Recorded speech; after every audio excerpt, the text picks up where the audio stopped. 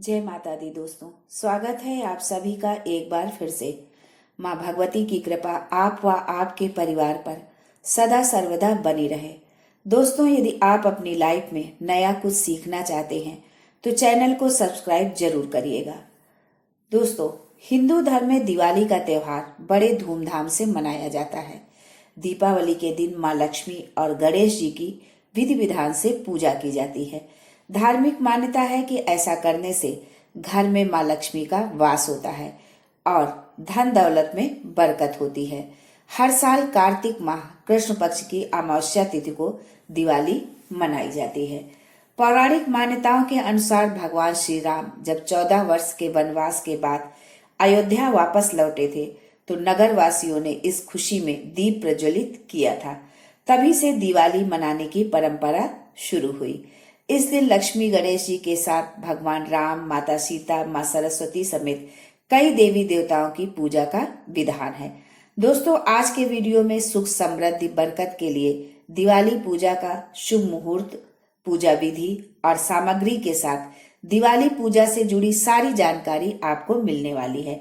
इसलिए वीडियो को लास्ट तक जरूर देखें और कमेंट में जय माँ लक्ष्मी लिखना ना भूलें। लेकिन ये सब जानने से पहले आपसे रिक्वेस्ट करती हूँ कि वीडियो को लाइक करिएगा, दोस्तों को शेयर कर दीजिएगा और अगर आपने अभी तक चैनल को सब्सक्राइब नहीं किया है तो चैनल को सब्सक्राइब करके बेल आइकन जरूर दबाइएगा। दोस्तों, इस वर्ष कार्तिक मास अमावस्या तिथि की शुरुआत 12 नवंबर को दोपहर 2:44 से होगी और 13 नवंबर को 2:56 पर समाप्त होगी। हिंदू धर्म में सभी तीज त्योहार उदया तिथि के अनुसार मनाए जाते हैं, लेकिन दीपावली की पूजा प्रदोष काल में होती है। इसलिए साल 2023 में 12 नवंबर को दीपावली मनाई जाएगी।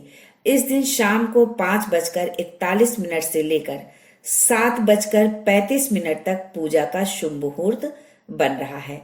अब आगे हम जानते हैं कि दिवाली की पूजा में हमें कौन कौन सी चीजों की जरूरत पड़ेगी, हमारी पूजन सामग्री क्या होनी चाहिए, क्या हमको तैयारी करके रखनी है। दिवाली पूजा के लिए हमें क्या क्या सामग्री चाहिए, अब हम ये जानते हैं। पहले से सारी तैयारी कर लेंगे तो पूजा के दौरान कोई व्यवधान नहीं आएगा और पूजा भी एकदम शांत मन से हो पाएगी। दिवाली पूजा के लिए लाल या पीले रंग का कपड़ा, गणेश लक्ष्मी की प्रतिमा, चंदन, अक्षत, गुलाब, चंदन का इत्र, पान का पत्ता, सुपारी, दूर्वा, रुई की बाती, पंचामृत, गुलाब का फूल, गेंदा का फूल, फल, गन्ना, कमलगट्टा, सिंदूर, गोबर, लौंग, इलायची, नारियल, आम का पत्ता, कलावा, खील बताशे, खीर, लड्डू, धूप दीप, कपूर, कलश में जल, चांदी का सिक्का, घी का दीपक, जनेऊ। यदि आपने पूजन के लिए पंडित जी को बुलाया है तो दक्षिणा के लिए कुछ रुपए और सिक्के भी रख लें। अब पूजन विधि क्या होगी ये जानते हैं। संपूर्ण सामग्री यथा सामर्थ्य आप एकत्रित कर लें, जो भी आपके सामर्थ्य में हो। लक्ष्मी जी का पूजन प्रदोष काल में किया जाता है, इसलिए पूजा शुरू होने से पहले सबसे पहले आप घर की साफ सफाई पर विशेष ध्यान दें, क्योंकि जिस घर में साफ सफाई होती है, स्वच्छता होती है, उसी घर में माँ लक्ष्मी प्रवेश करती हैं, माँ लक्ष्मी आती हैं। दिवाली की पूजा के समय नए वस्त्र पहने, यदि नए नहीं हैं तो जो भी है उसे स्वच्छ कर ले फिर पहने, यानी साफ स्वच्छ वस्त्र आप धारण करें। घर में आप जिस स्थान पर पूजा करते हैं वहीं पास में एक चौकी रखें और उस पर लाल या पीला रंग का कपड़ा बिछा ले, जो भी हो, और चौकी पर गणेश लक्ष्मी की प्रतिमा स्थापित करें। प्रतिमा ऐसे स्थापित करें कि उनका मुख पूर्व या पश्चिम दिशा में हो। प्रतिमा के सामने कलश स्थापित करें। आम के पल्लव या अशोक के पल्लव लगाएं और कलश के ऊपर मौली बांधकर नारियल रख दे जो है, और चौकी के दोनों ओर 2 बड़े दीपक जलाएं।